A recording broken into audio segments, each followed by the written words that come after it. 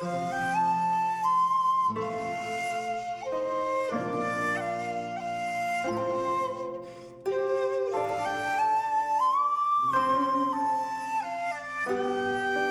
Angels, Vanessa here from AngelRose Designs. Hi, I'm here today to show y'all my pocket board that I used, I made, and I use it for all my tools for beading.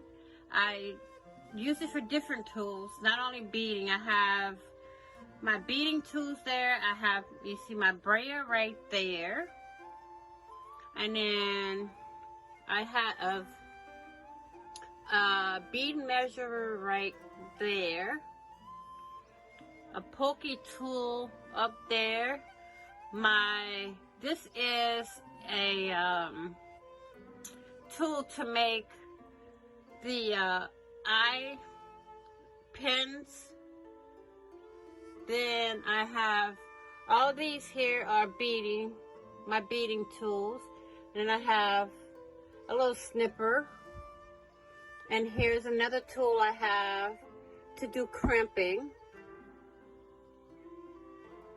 my ring mandrel, and I also put these little magnet holders there. So this is my wall of pockets, and I still have to fill all those up there.